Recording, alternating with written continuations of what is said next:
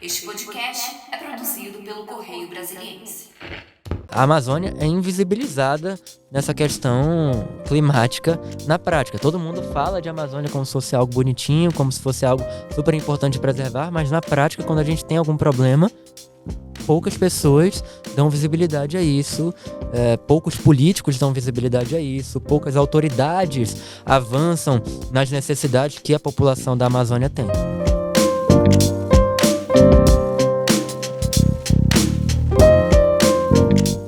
Olá, estamos começando mais um podcast aqui do Correio Brasiliense. Eu sou a Mayara Souto, repórter de Brasil e política aqui do Correio. E eu sou Vitória Torres, estagiária de Política, Economia e Brasil, aqui no Correio Brasiliense. E hoje a gente está aqui na presença do deputado federal mais jovem do Amazonas e também um dos 3 mais jovens da legislatura atual. E ele também foi eleito aos 19 anos vereador de Manaus, né? E um dos mais eleitos na última eleição, um dos mais votados do Amazonas. Boa tarde, deputado Amon Mandel. Muito obrigada por ter vindo e seja bem-vindo. Muito obrigado ao Correio Brasiliense pelo convite, muito obrigado a vocês hoje e a toda a equipe que nos acompanha nesse momento e a você que está nos acompanhando também de casa. Bom, deputado, a gente vai começar então falando um pouco do seu interesse pela política. Desde quando que você tem esse interesse? Se você já se sentiu em algum momento intimidado pelas situações que a política impôs? Com certeza, eu faço política desde os 12 anos de idade, comecei na política social, ali como voluntário de diversos projetos sociais, como o movimento Wikimedia, que é responsável por, dentre outros projetos, pela Wikipédia, a United Nations Volunteers, que é a agência de voluntários da ONU, dentre outros, e na política partidária, aos 19, em 2020, como candidato a vereador, fui eleito, passei ali 2 anos e 1 mês como vereador na cidade de Manaus, onde tivemos ali um destaque no mandato devido a questões como a produtividade legislativa, aos projetos de lei que foram feitos, às denúncias que foram realizadas, dentre outras coisas, e agora como deputado federal. O senhor já se sentiu subestimado? Com certeza, todos os dias também. É bem frequente, na verdade, que em reuniões de bancada as pessoas não se preocupem em querer ouvir o nosso ponto de vista, o meu ponto de vista, ou de outros deputados que são jovens também, por achar que é um ponto de vista irrelevante ou pouco fundamentado. E aí nós temos um trabalho muito maior do que a maior parte das outras pessoas que ocupam cargos eletivos em provar ali de maneira constante a nossa capacidade. Como que é representar a juventude no legislativo? Qual que é o seu objetivo com isso? O meu objetivo é transformar a cidade de Manaus e mostrar o quanto a nossa cidade é importante não só para o Brasil, mas para o mundo inteiro, por ser a maior cidade ali da região da Amazônia Legal. Então, questões como a falta de saneamento básico na cidade de Manaus, elas perpassam, elas se sobrepõem ali, deixam de ser questões locais e passam a ser questões não apenas nacionais, mas internacionais. A contaminação dos lençóis freáticos da nossa região pode afetar todo o planeta Terra e o maior reservatório de água doce do mundo, assim como uma série de outras questões. E trazer essa perspectiva local de Manaus e do Amazonas para o mundo deve fazer toda a diferença no combate a questões como o desmatamento, as queimadas, a fumaça e assim por diante. E especialmente considerando que ali a maior parte dos membros são homens brancos com mais de 30 anos, como é que o senhor avalia a representatividade dentro do parlamento? A representatividade é muito aquém do esperado para o parlamento, para a Câmara dos Deputados. O que o nosso sistema supostamente foi feito é para que nós tenhamos ali no Congresso Nacional a representação de toda a população brasileira, proporcionalmente às suas opiniões e características. Infelizmente, nós percebemos que isso não é verdade. Nós temos um grande volume ali de pessoas com pensamentos iguais, guiados, na maior parte ali por organizações que exercem um lobby ou uma certa influência no Congresso, e uma minoria de pessoas que realmente se dedica para mudar a nossa sociedade. E eu tenho orgulho de fazer parte dessa minoria nesse caso. Deputado, na eleição que você foi eleito, né, agora em 2022, você teve uma das propagandas eleitorais mais curtas, né, do do período eleitoral. E aí você escolheu a frase "beba água" para ser a sua propaganda. A gente queria saber, assim, como que você escolheu essa frase, por que dessa decisão, por que desse tempo tão curto? Com 1,16 segundos apenas, nós tínhamos ali a propaganda mais curta do Brasil inteiro e não sabíamos exatamente o que fazer com esse 1 segundo. Não tinha tempo, não dava tempo ali de a gente apresentar propostas, por exemplo, para a cidade, ou para o estado, ou para o Brasil, e também não dava tempo sequer de a gente dizer o nome direito. Então, a ideia do Beba Água foi, ao mesmo tempo, uma forma de protesto ali, de tentar falar algo de útil enquanto todos os outros candidatos estavam ali provavelmente mentindo no horário eleitoral, mas também uma frase ali que virou o nosso bordão de campanha, que era um "bebam água porque vão ter que me engolir", direcionado ali para os nossos adversários políticos que fizeram não só isso, de nos deixar com 1 segundo de tempo de TV, então nós tínhamos adversários mesmo dentro da própria Federação PSCB Cidadania nessa época, quanto diversas outras coisas. Nós tivemos um carro que foi alvejado, foi crivado de balas durante a campanha. Por exemplo, nós tivemos ali problemas com materiais, enquanto outros deputados, outros candidatos a deputado federal não tiveram a mesma dificuldade com os fornecedores, entre outras coisas. E por que você acredita que mesmo assim você foi o mais votado lá do Amazonas? O Amazonas, Manaus e o Brasil vivem um novo momento na história política brasileira, onde a influência das redes sociais e da descentralização da informação faz com que os quadros no Congresso Nacional e em toda a política mude cada vez mais. Infelizmente, esse processo ainda não maturou o suficiente no nosso país, então nós temos ali diversas distorções. Não basta ter ali um grande número de seguidores nas redes sociais para ser um representante adequado. É preciso ter conteúdo, é preciso ter boas propostas, um planejamento e um respeito para com a vontade do contribuinte que escolhe as pessoas para serem seus representantes. E aí a gente vê muitas pessoas vindo ainda desse mundo e contaminando o meio político, entrando lá para brincar na Câmara dos Deputados, por exemplo. Então eu quero mostrar que é sim possível fazer uma nova política e se comunicar diretamente com a população através das redes sociais, por exemplo, dentre outras coisas, e não seguir esse caminho de maturidade ou de irresponsabilidade. Como que a senhora acredita que pode ser feito isso? Porque a gente tem, né, um grande volume de fake news rodando as redes sociais o tempo inteiro. Como que é possível usar as redes sociais só para o bem, digamos assim, para descentralizar essa questão da informação e não para disseminar a informação falsa? Olha, existem diversos recursos ali, retóricos, que podem ser utilizados para isso. Por exemplo, o humor ou a ironia nas redes sociais exerce ali o mesmo efeito que determinadas narrativas que estimulam emoções fortes como o ódio e o rancor nas redes sociais e viralizam da mesma forma. Então, ao ironizar ali as contradições dos nossos adversários políticos, ao utilizar não só o humor, mas outras emoções e outras estratégias e caminhos retóricos para comunicar a nossa mensagem, a gente tem obtido ali um dos maiores engajamentos do Brasil e certamente o maior engajamento e alcance orgânico no estado do Amazonas e na região norte. É um orgulho muito grande para o nosso mandato, e isso vem acompanhado de coisas como o fato de nosso mandato ser o mais econômico do país e, ao mesmo tempo, um dos mais eficientes, um dos mais produtivos. Então, nós temos um dos melhores índices de produtividade legislativa e de projetos de lei e, ao mesmo tempo, o menor gasto ali de recursos públicos do Brasil inteiro na Câmara dos Deputados. Sim, eu tenho se destacado muito nessa questão da imagem nas redes sociais e também na política. Como é que o senhor acha que está se destacando mais? Olha, é difícil responder ali o que é que dá o maior destaque ou o que as pessoas enxergam de mais destacado ali nas nossas redes sem uma pesquisa qualitativa ou quantitativa, mas certamente as nossas denúncias e a atuação no combate à corrupção, bem como pautas como a do autismo, a do meio ambiente e a da economia de recursos públicos são os destaques ali do nosso mandato e também nas nossas redes. E recentemente, falando agora mais um pouco da sua candidatura à prefeitura, né, de Manaus, você criticou a situação que está ao centro de Manaus, ao governo federal, e aí teve uma resposta sobre a questão ser do governo estadual e do governo municipal. E eles também usaram uma questão de emenda, seriam 100 milhões, né, que o senhor teve de emenda para O que não é verdade. Centro.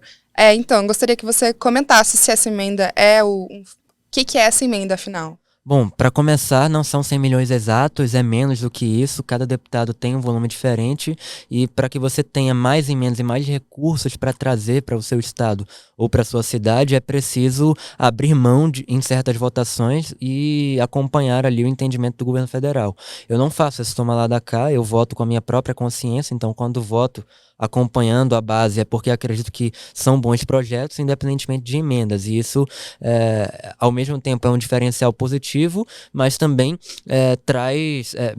pode fazer com que, ocasionalmente, nós tenhamos menos recursos ali para serem direcionados. Além disso, existem sim órgãos federais que têm a devida competência para cuidar ali, por exemplo, do patrimônio histórico que foi tombado no centro de Manaus. Um exemplo de órgão, mas não é o único, é o IPHAN, o Instituto de Patrimônio Histórico, e infelizmente essas instituições não têm sido priorizadas no governo federal, na gestão do atual governo, para que a gente tenha a preservação do patrimônio. O IPHAN, por exemplo, só entrou em contato conosco após o período ali da destinação dessas emendas. As emendas já tinham sido destinadas, eu fiz ali um edital público onde instituições também federais, como a Universidade Federal do Amazonas, concorreram ali para serem contempladas pelas emendas e pelos recursos direcionados pelo nosso mandato, e infelizmente o IPHAN não participou desse edital, mas poderia ter participado, depende apenas deles.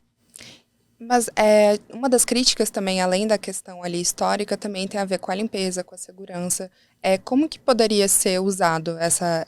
A preservação do patrimônio histórico inclui questões como os camelôs. No Rio de Janeiro, por exemplo, os camelôs, os vendedores ambulantes foram considerados patrimônio imaterial do Brasil ou da humanidade por um movimento feito pelo IPHAN. Então, existem sim responsabilidades que o governo federal, através de diversos órgãos, deve cumprir para contribuir para a manutenção do nosso patrimônio histórico. E muito embora questões como a manutenção, a limpeza dos locais não sejam de responsabilidade direta desses órgãos, como o IPHAN, é de responsabilidade deles cobrar e zelar pela preservação desse patrimônio, entrando em contato, por exemplo, com o município, com o estado, para que eles cumpram ali com o seu dever. E quando esse dever não for cumprido, também é dever deste instituto, que tem por tarefa zelar pelo patrimônio, acionar os órgãos de controle.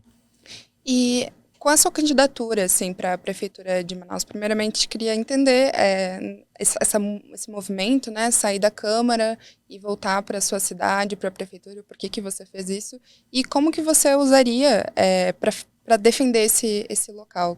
Manaus sempre foi e sempre será a minha prioridade. Aqui na Câmara dos Deputados, quando eu converso com um ministro, por exemplo, para tratar de questões ambientais, eu em nenhuma reunião deixo de trazer a perspectiva local desses problemas, justamente porque acredito que a perspectiva local e o ponto de vista amazônico das questões ambientais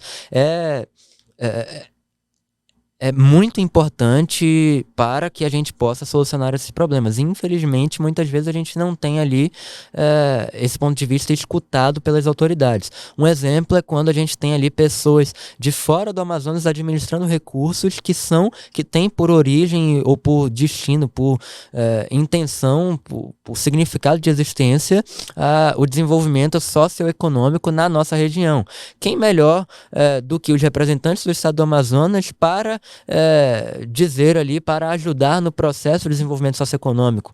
Quem melhor do que os representantes do estado para conhecerem justamente todas as comunidades, tanto da capital quanto do interior do estado? Nós temos ali pessoas no resto do país que não sabem o que é viver de maneira isolada numa capital sem ter ali, muitas vezes, como ter o escoamento de produtos. Hoje o Rio Grande do Sul vive isso por conta das enchentes e está ali fazendo um grande alarde, com razão, porque é uma situação de muita calamidade, mas o que as pessoas estão vivendo ali de isolamento entre os municípios já é o que o Amazonas vive há décadas. Há décadas nós temos ali os municípios do Amazonas isolados, nós só temos como levar e escoar produtos, levar, por exemplo, a comida para determinado município do interior em lanchas ou barcos de pequeno porte. A gente não tem como, por exemplo, levar um container para os municípios do interior, porque o único porto com a capacidade de receber containers é o porto da cidade de Manaus. E aí, de lá, a gente já tem que levar em barcos, em lanchas de pequeno porte e descarregar isso manualmente para todos os milhões de habitantes no estado do Amazonas. Entendi. E por que você resolveu se candidatar à prefeitura no meio ao seu mandato aqui na Câmara? Eu acredito que a cidade não está bem servida, infelizmente, de representantes e precisa ter um protagonismo nacional e internacional. No ano passado, por exemplo, eu fui um dos únicos representantes ali do Amazonas que foi à Conferência das Partes, ou a Conferência pelo Clima das Nações Unidas, a COP28, e que participou ali desse movimento para falar sobre os problemas da cidade de Manaus que poderiam ali ter a arrecadação de recursos e de iniciativas a nível internacional para a solução deles. Infelizmente, a cidade de Manaus, a prefeitura de Manaus se ausentou desse evento e nós precisamos mudar isso, tanto para resolver os problemas locais, quanto para que Manaus volte a ser destaque protagonista em todo o país e em todo o mundo. E dessa mesma forma o senhor vem criticando o governo Lula, né? Aconteceu uma situação recentemente de um baixo-assinado para o impeachment do Lula e o senhor se recusou a assinar. Por que dessa decisão? Não houve nenhuma recusa, na verdade, não houve convite oficialmente no período que é correto. O que é a assinatura de um requerimento de impeachment? Assinar um requerimento de impeachment, na verdade, é ser coautor, porque esse requerimento é algo que qualquer deputado ou qualquer cidadão pode escrever, assinar e enviar.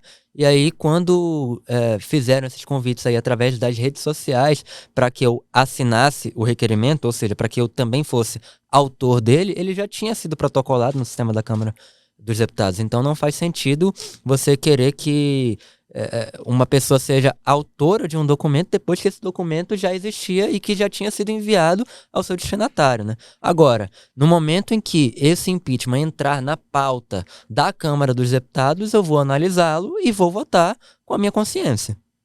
Nunca houve nenhuma recusa. Nesse momento, assim, qual que seria seu posicionamento sobre assinar ou não esse protocolo e como você acredita que vai se posicionar? Assim? Eu acho que tem vários outros pedidos de impeachment que têm uma fundamentação muito melhor do que esse. Eu digo isso analisando de forma técnica, porque se fosse para analisar de forma passional, eu posso te dizer, eu tenho ascendência judia. Então, o desrespeito ali cometido pelo presidente da República para com o povo judeu também me agride, também agride a minha família. É um absurdo a declaração que foi feita pelo presidente, mas se for para tirar ele, tem outros motivos que juridicamente têm uma fundamentação muito mais sólida para retirá-lo. Como quais?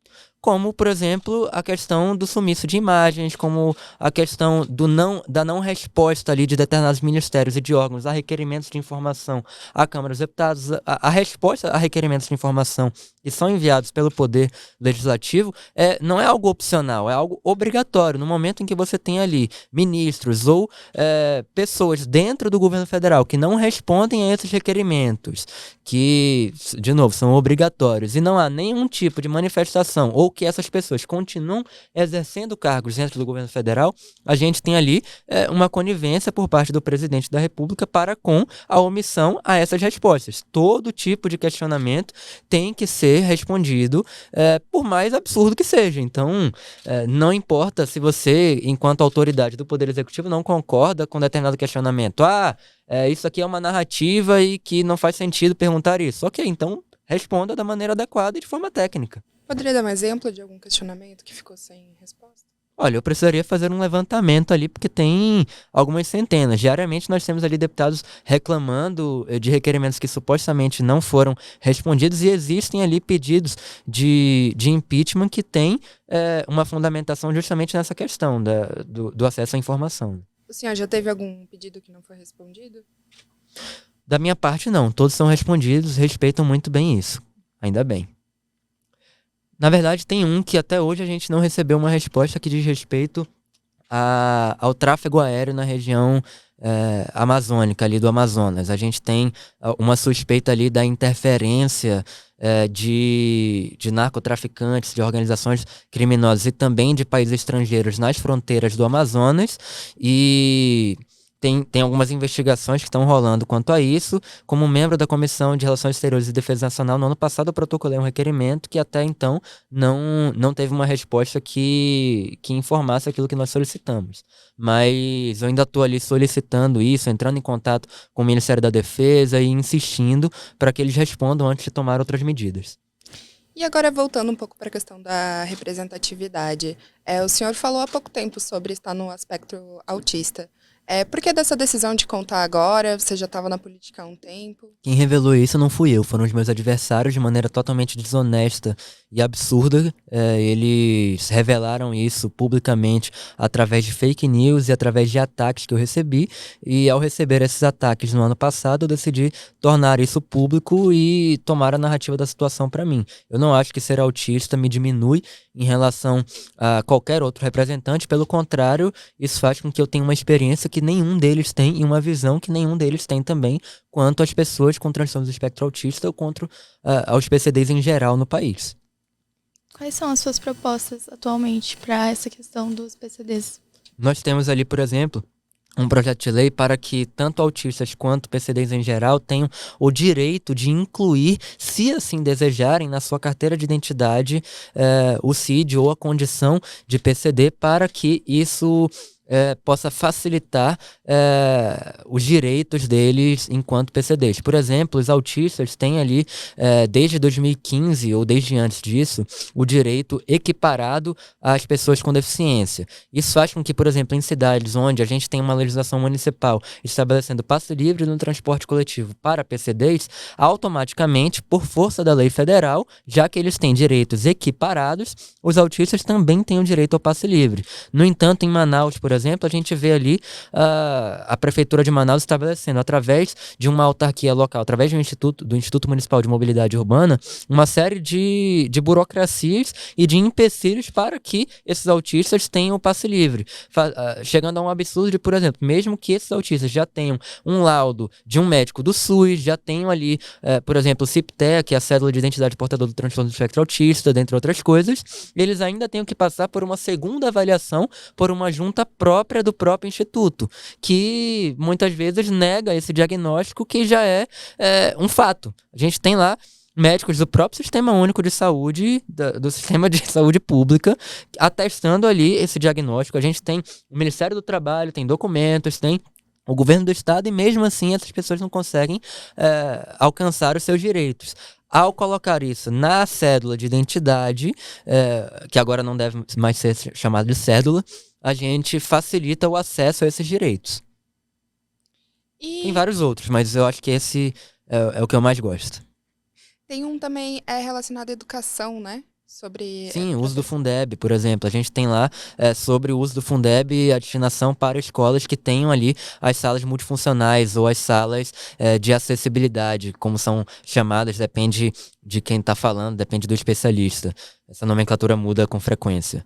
A gente vê ali questões, por exemplo, no uso do Fundeb, aonde destinam para uma escola para a construção dessa sala, aí eles não entregam e depois recebem novamente esses recursos. Então, é importante não só priorizar os recursos para as escolas que demonstram ter uma eficiência no uso dos recursos públicos, ou seja, se a gente mandou uma vez o recurso, eles utilizaram e deu certo, a gente pode mandar de novo. Agora, mandar recurso repetidamente com o mesmo objetivo e ver ali com frequência que esse dinheiro está indo para o ralo, ou numa ineficiência, ou até em esquemas de possível corrupção, é um completo desaforo com o contribuinte. A gente precisa ter regras ali para priorizar as unidades e as cidades que tenham ali uma transparência maior na utilização dos recursos. Agora, no Dia Mundial do Autismo, a gente falou muito sobre o diagnóstico tardio. Como é que foi para o senhor?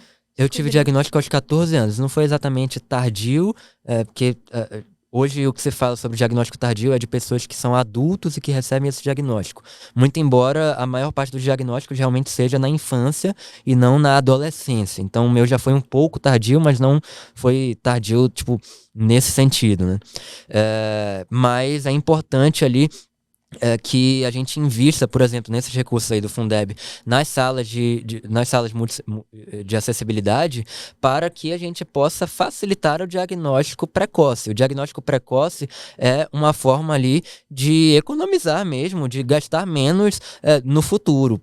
Com o tratamento dessas pessoas. Se as pessoas que estão no transtorno do espectro autista tiverem um auxílio, um acompanhamento desde cedo, seja com um profissional de apoio escolar ou de mediação escolar, ou com os profissionais propriamente da saúde, como psicólogos, fonoaudiólogos e assim por diante, como eu tenho esse acompanhamento, elas podem se desenvolver muito mais no futuro e ajudar a trazer visibilidade para esse problema. O apagão de dados do autismo é uma realidade no nosso país. Nós temos ali a falta de dados até no próprio IBGE, então a gente não consegue nem elaborar políticas públicas adequadamente na Câmara dos Deputados, porque o IBGE não liga ou não liga muito, né, para os autistas. E aí a gente precisa ficar se esforçando e pressionando e cutucando os ministérios para ver se eles se espertam e acrescentam isso nos questionários do censo, por exemplo. E essa discussão já teve algum avanço de trazer isso para o censo? Pouquíssimo avanço. O senhor também já falou um pouco sobre a questão climática, né? O senhor é muito envolvido nas questões ambientais. O que a gente pode falar, o que o senhor gostaria de falar sobre o que está acontecendo no Rio Grande do Sul? Isso já era uma tragédia climática prevista? Como que está sendo visto isso da perspectiva da legislatura, até de talvez prevenir?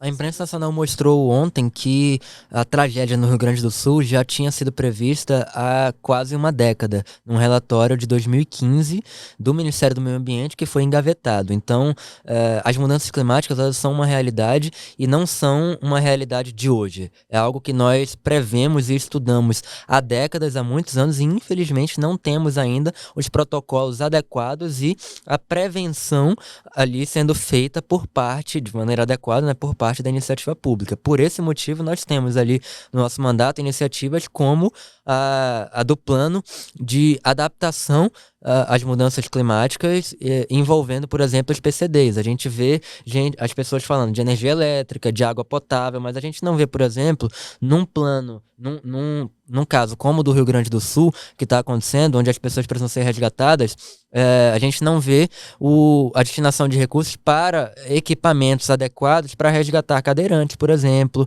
ou um mapeamento adequado para a gente saber onde estão esses cadeirantes para que a gente possa resgatá-los em tempo suficiente. E enquanto a gente não tiver tanto os dados quanto os equipamentos e o planejamento adequado, essas pessoas vão continuar a sofrer o que se chama de racismo ambiental. São pessoas que, por uma questão de desigualdade social, ou por serem PCDs, por exemplo, são esquecidas no planejamento e nas questões de estratégias para mitigação e adaptação às mudanças climáticas. Deputado, e o senhor faz parte da Frente Parlamentar Ambientalista. O que está sendo pensado para essa questão de precaver futuras tragédias? Então, esse plano que eu acabei de falar sobre a questão da mitigação e da adaptação às mudanças climáticas voltado aos PCDs é o que vem do nosso gabinete, mas que foi proposto na Frente Parlamentar Ambientalista no grupo de empresas, e temos também ali avanços dentro do GT de empresas, que é o grupo de trabalho que eu coordeno dentro da Frente Parlamentar Ambientalista, a prioridade ali para questões como a economia circular do plástico, que deve ajudar nessa questão, questões como a dos créditos de carbono, do mercado de carbono, que também deve ajudar ali na questão da mitigação às mudanças climáticas, na medida em que a gente reduz a emissão de gases do efeito estufa através desses mecanismos. E temos também projetos ali voltados às soluções baseadas na natureza, onde a gente tem uma série de soluções e de incentivos que nós queremos estabelecer na legislação para iniciativas voltadas à recuperação de áreas degradadas e à mitigação e adaptação às mudanças climáticas. E como que é possível a gente olhar a partir disso que está acontecendo, né, no Rio Grande do Sul, com esses aprendizados? Que tipo de política a gente pode pensar que ainda está faltando para que coisas assim não se repitam em outros lugares do Brasil? O que aconteceu no Rio Grande do Sul também aconteceu no Amazonas 2 vezes. Uma com enchentes também, recordes que fizeram com que pessoas tivessem que deixar as suas casas, não na mesma proporção, de quantidade de pessoas, mas na mesma gravidade, porque tivemos cidades inteiras. Na verdade, nós temos cidades inteiras que às vezes precisam ser evacuadas todos os anos, às vezes, mas porque não é sempre a mesma cidade no Amazonas, mas tem cidades que precisam ser evacuadas todos os anos no estado do Amazonas e ninguém fala disso. Então, já existe um plano ali elaborado pelas autoridades do Amazonas que poderia ser replicado ali pelas autoridades e também pelos estudiosos e acadêmicos, tanto da UFAM quanto da UEA, da Universidade do Estado do Amazonas, né? Por todas as autoridades no Brasil. Então, eu acho que nessa questão de secas e enchentes, o Amazonas, por viver isso com uma frequência muito maior, é o para-choque do Brasil nisso. E a partir disso, assim, a gente também, né, agora para a parte da Amazônia, a gente também tem muitos desafios, né, na região ali amazônica. O que a gente poderia pensar de que ainda é necessário? A gente está falando bastante sobre a questão da Amazônia, teve a COP. O que ainda é necessário da parte da política pública para a gente preservar essa região tão importante? E como que isso pode estar relacionado também às grandes mudanças? As promessas que são feitas pelas nossas autoridades precisam se concretizar em ações reais no Amazonas e na Amazônia. Por exemplo, nós temos ali o anúncio do uso do Fundo Amazônia, mas pouquíssima divulgação quanto à efetividade da aplicação dos recursos. Esses recursos estão sendo efetivamente recebidos pelo Brasil? Se sim, quem é que está executando? O que está acontecendo? A gente não vê com tanta frequência nas comunidades no estado do Amazonas, apesar de montantes estratosféricos, astronômicos serem anunciados pelo governo federal, ao ponto de a gente ver ali discursos falando em 10 bilhões de dólares de fundos diversos, né? A gente não vê no dia a dia no Amazonas, na prática, essa melhoria e essa preocupação chegando nas comunidades ribeirinhas do nosso estado. As pessoas continuam passando fome, as pessoas continuam sofrendo tanto com as enchentes quanto com as secas. A seca severa no ano passado fez com que nós tivéssemos ali um dos piores anos no que diz respeito às consequências das queimadas na história do Amazonas. Muito embora numericamente as queimadas não tenham sido maiores do que antes, a fumaça chegou nos grandes centros urbanos e prejudicou a saúde de milhões de pessoas e também de animais domésticos e silvestres. E esses recursos deveriam estar sendo utilizados para mitigar isso. Infelizmente, a gente não vê a totalidade deles sendo aplicados da maneira devida. E a sua candidatura para a prefeitura tem alguma coisa a ver com as suas preocupações, com as lideranças atuais? Tem tudo a ver. Tem tudo a ver com a utilização desses recursos, com a gente precisar ter um representante na cidade de Manaus, capital do Amazonas e maior metrópole da Amazônia, falando sobre isso a nível internacional e reclamando, falando mesmo para o mundo inteiro ouvir. Falando, por que está todo mundo prometendo esses recursos? Eles não chegam aqui em Manaus, não chegam no Amazonas, o que está acontecendo, onde é que ele está se perdendo? A gente deveria ter visto isso acontecendo na COP no ano passado e a prefeitura sequer se deu o trabalho de ir lá, no maior evento ambiental e climático do mundo inteiro. E você critica muito o fato das pautas ambientais estarem muitas vezes ligadas à esquerda. Por que você acredita que isso acontece? Por que tem essa ligação? E como que é possível desvincular uma coisa da outra? Isso nunca saiu da minha boca, mas de fato eu acho que as pautas ambientais, tal como a maior parte das outras políticas, não deveriam ser tratadas de maneira ideológica, mas sim técnica. Então, o meio ambiente deve ser uma preocupação de todos, tanto por quem é de esquerda quanto por quem é de direita. E politizar essa disputa, politizar a ciência, é um absurdo que só traz prejuízos à nossa sociedade. Então, de certa maneira, você assim acredita? Eu acho que essa pauta não deve ser politizada, não deve ser refém de ideologias partidárias. Certo.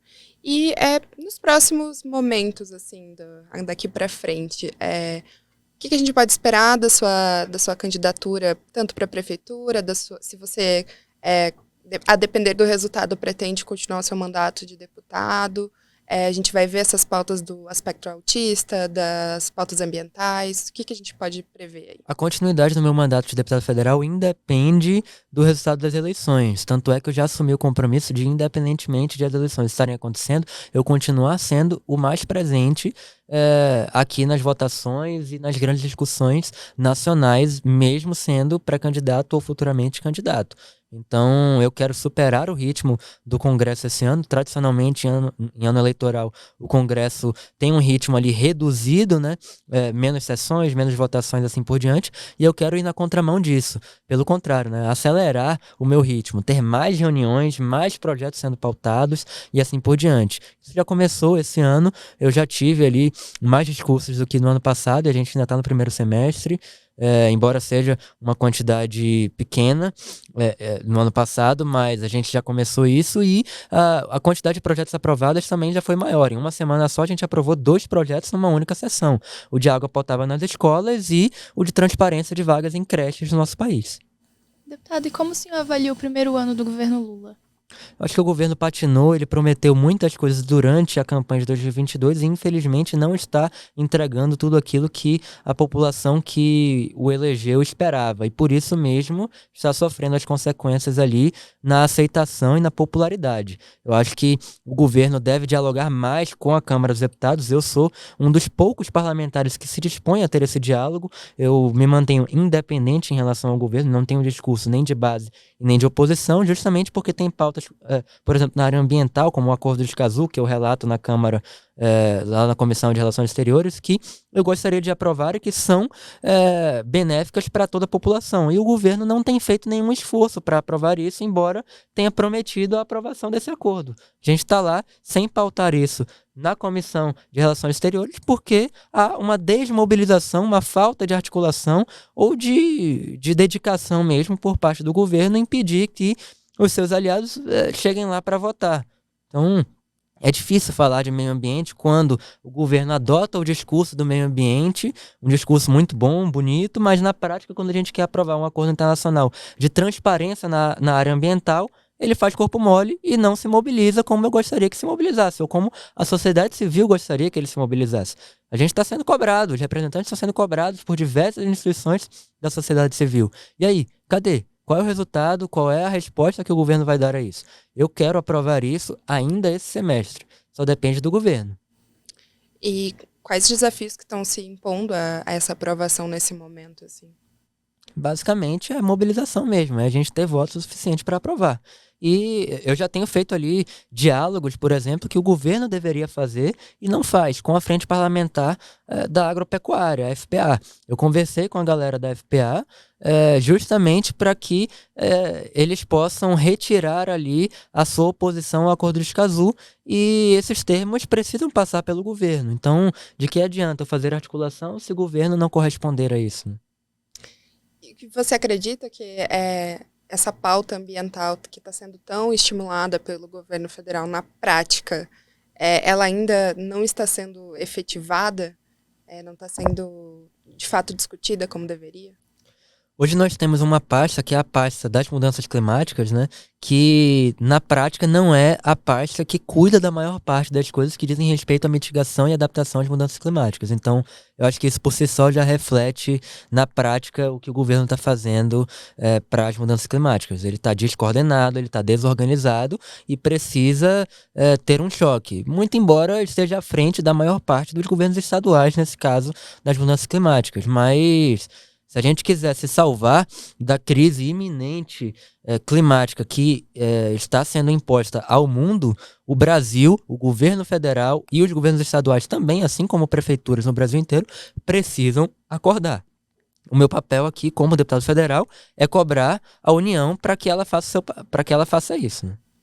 O senhor tem tido reuniões com a ministra do Meio Ambiente, ministra da Fazenda? Eu tive algumas reuniões com a ministra Marina Silva no ano passado e também com com os secretários da pasta, com o chefe de gabinete dela, dentre outras coisas. Eles sempre se mostraram ali adeptos a essa pauta e bem dedicados mesmo, mas infelizmente o que me parece é que eles não têm o apoio do resto do governo. Tá um certo corpo mole de outros ministérios ali, que eu não sei mapear ao certo, mas eles não conseguem andar.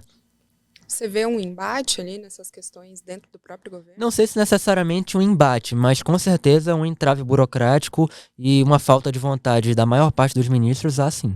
E tem como o Congresso auxiliar nisso? Com certeza. Os deputados podem fazer e aprovar esse tipo de projeto independentemente da posição do governo federal, mas infelizmente, como eu falei, a maior parte dos deputados também ainda não se atentou para a gravidade que as mudanças climáticas, que esse problema tem. Agora a gente está vendo no Rio Grande do Sul isso chamando a atenção do Brasil, mas no ano passado já aconteceu no Amazonas e ninguém percebeu, infelizmente. O Amazonas e a Amazônia é invisibilizada nessa questão climática na prática. Todo mundo fala de Amazônia como se fosse algo bonitinho, como se fosse algo super importante de preservar, mas na prática, quando a gente tem algum problema, poucas pessoas dão visibilidade a isso, poucos políticos dão visibilidade a isso, poucas autoridades avançam nas necessidades que a população da Amazônia tem. Deputado, por conta do horário, a gente vai ter que encerrar. A gente queria muito agradecer a sua participação Eu que aqui. agradeço. E deixar o espaço aberto para, se quiser trazer mais alguma colocação que você acha importante. Bom, eu que agradeço primeiramente a vocês duas e a toda a equipe aqui do Correio, a você que nos acompanhou até então. Participa, a gente tem ali grupos abertos na Frente Parlamentar Ambientalista e também em outras frentes na Câmara dos Deputados, onde a população civil pode participar, pode e deve. O grupo de trabalho de empresas que eu coordeno, por exemplo, não é só para empresas, é também para instituições sem fins lucrativos, para as OSCs, é também para todo mundo que queira se juntar das organizações, tanto com quanto sem fins lucrativos, para o avanço da pauta ambiental. Essa pauta é de todos, ela não deve ter dono e justamente por isso nós precisamos da sua ajuda para pressionar as autoridades a aprovarem esses avanços e também para barrar os retrocessos que a gente vê ali acontecendo no nosso dia a dia. Ano passado, em plena COP28, a gente viu ali um pacote ambiental sendo aprovado com um jabuti que prorroga as usinas que utilizam combustíveis fósseis, por exemplo. Muito obrigada, deputado. Nos acompanhe nas redes sociais, siga a gente no Instagram, no YouTube, para acompanhar outros episódios aqui do podcast. E até mais.